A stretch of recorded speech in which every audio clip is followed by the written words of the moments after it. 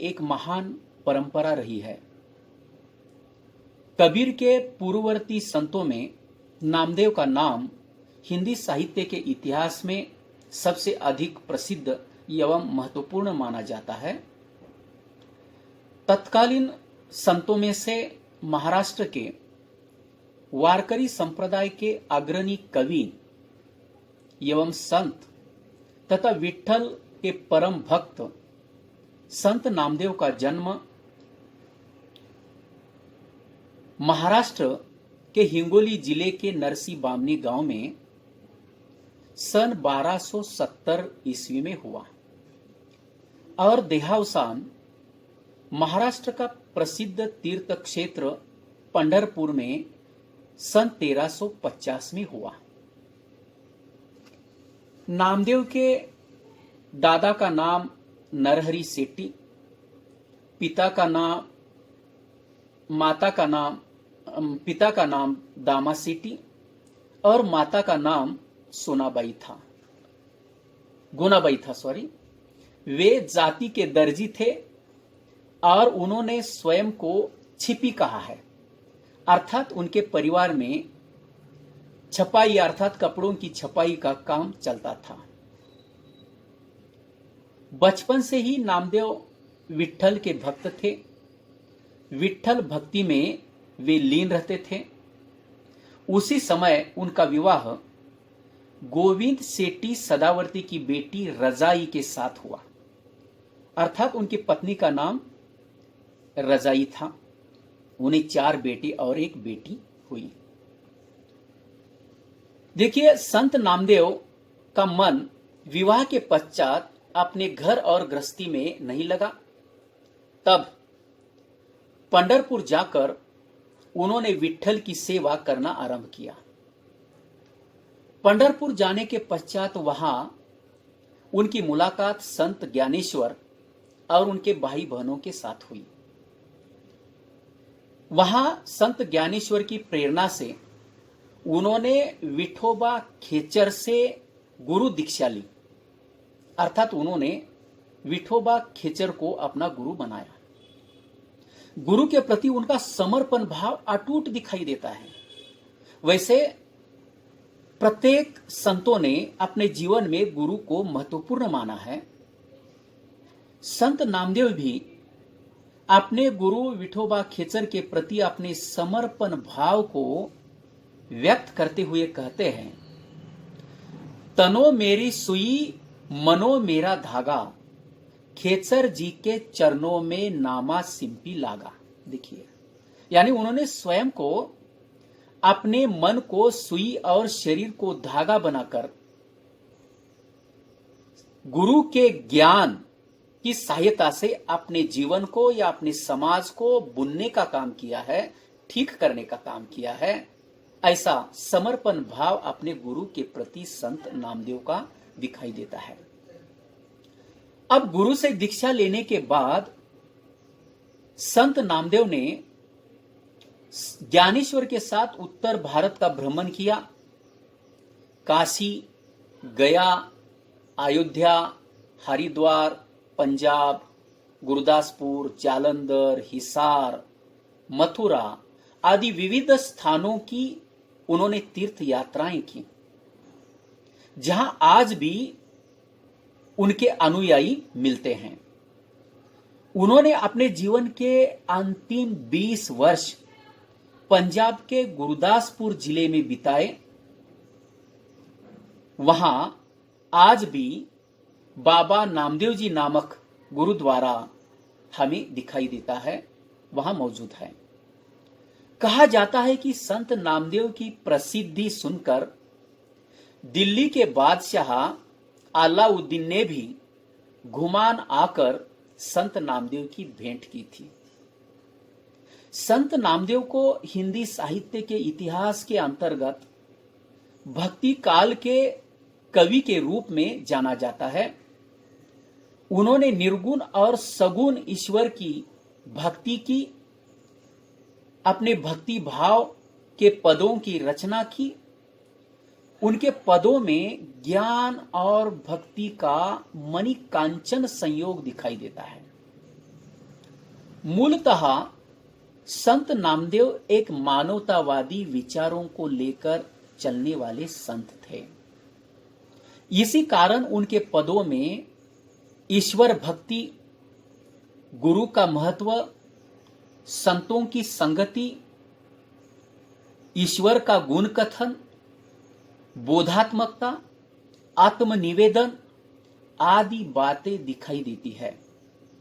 वैसे तो संत नामदेव ने हमेशा समाज सुधार का कार्य किया है, इसलिए उन्हें कवि के साथ साथ, संत के साथ साथ समाज सुधारक कहना भी उचित होगा।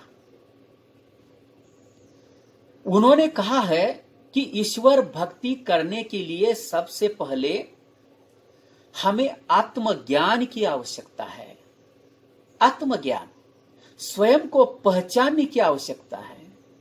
तो स्वयं को पहचानना है तो किसी बाह्य साधन की आवश्यकता नहीं, बल्कि अपनी आत्मा को, अपने मन को पहचानना सबसे महत्वपूर्ण है।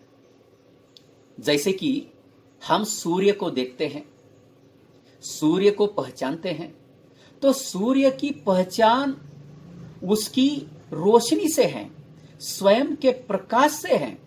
ऐसा नहीं होता कि हम सूर्य को देखने के लिए स्टार्च लगाते हैं या दिया जलाकर उसकी रोशनी में सूर्य को देखते हैं। नहीं, सूर्य का स्वयं का अपना प्रकाश है। उसी प्रकार हमें भी स्वयं प्रकाशित होना आवश्यक है, अर्थात स्वयं को जानना आवश्यक है। जब हम स्वयं जानेंगे स्वयं को, तब जाके हम ईश्वर की ओर उन्मुख हो जाएंगे, ईश्वर का रास्ता हमें दिखाई देगा। नामदेव ने ईश्वर की भक्ति में बाह्याडंबरों का विरोध किया है। नामदेव की भक्ति में धार्मिक बाह्याडंबरों को, जाति पाति के भेद को कहीं भी स्थान नहीं है। किसी भी जाति का, किसी भी धर्म का, किसी भी समाज का, किसी भी वर्ग का व्यक्ति सच्चे हृदय से, सच्चे मन से ईश्वर की भक्ति कर सकता है।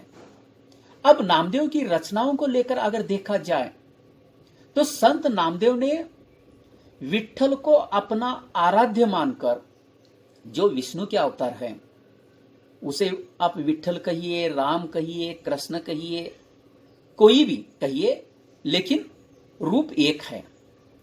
तो विट्ठल को आराध्य मानकर उनके प्रति अपने भक्ति भाव को पदों के माध्यम से व्यक्त किया है। वैसे संत नामदेव की रचनाएं मराठी और हिंदी दोनों भाषाओं में मिलती है।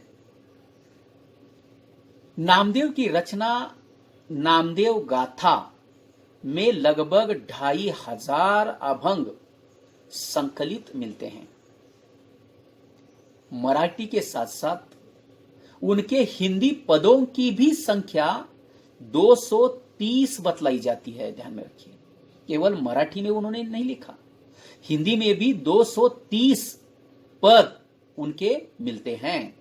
इसके साथ साथ सबसे महत्वपूर्ण, सिखों का प्रसिद्ध धर्म ग्रंथ गुरु ग्रंथ साहिब में नामदेव के 61 पद संकलित है। और इनकी एक रचना है सकल संत गाथा। इनमें लगभग 102 हिंदुस्तानी भाषा के पद पाए जाते हैं।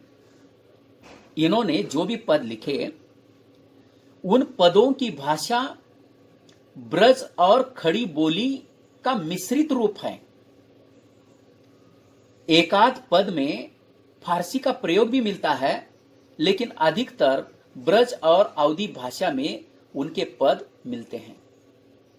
अब नामदेव ने पंढरपुर के विट्ठल को अपना आराध्य माना, उनके प्रति भक्ति भाव को व्यक्त किया।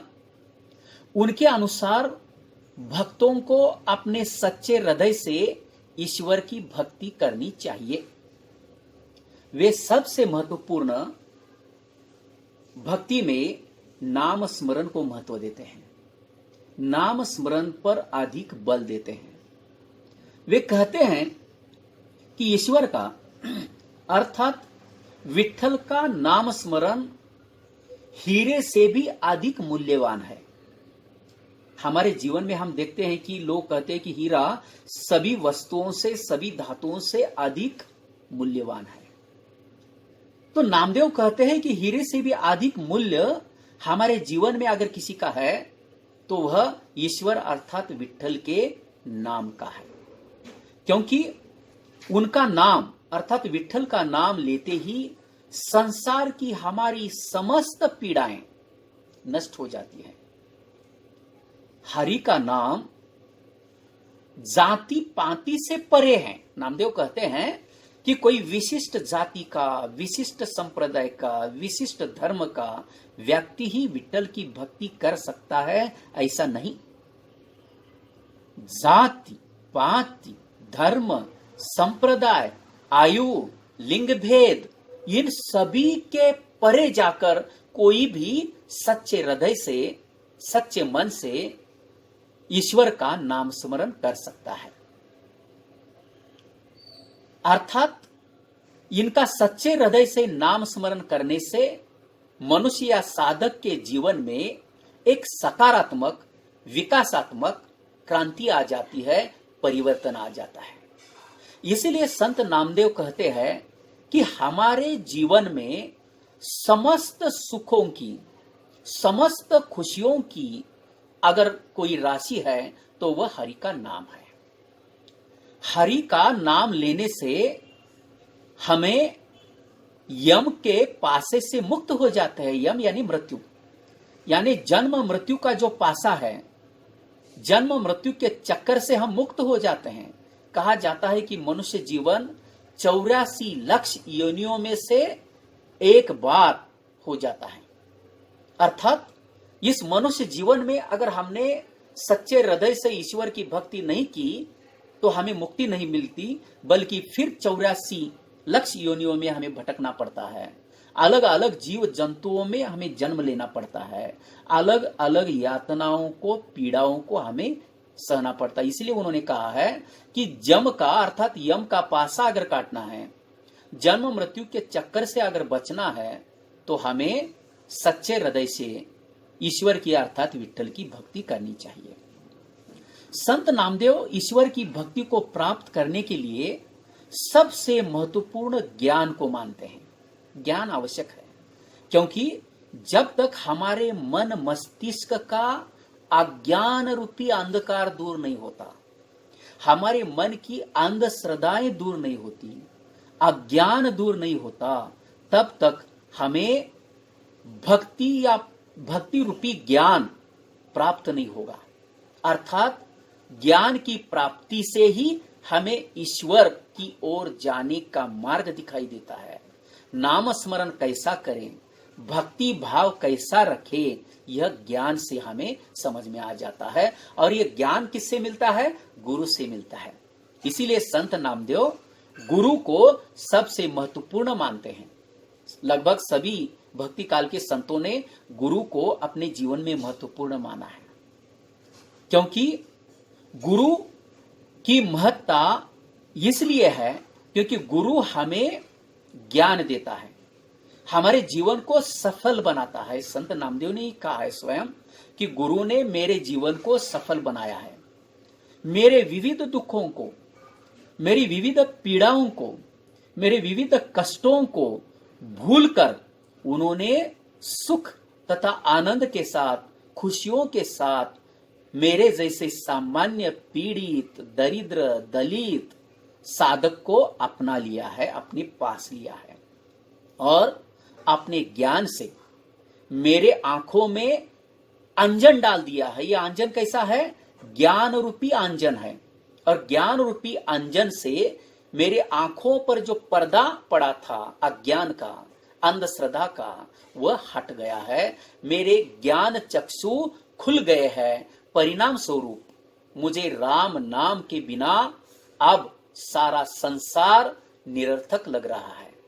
इसीलिए वे कहते हैं कि ईश्वर का नाम स्मरण करने से मनुष्य को समस्त संसार का जीवन शिवमय लगता है, अर्थात सत्य सुंदर जैसा लगता है, किसी के प्रति भी कटुता की भावना मन में नहीं आती।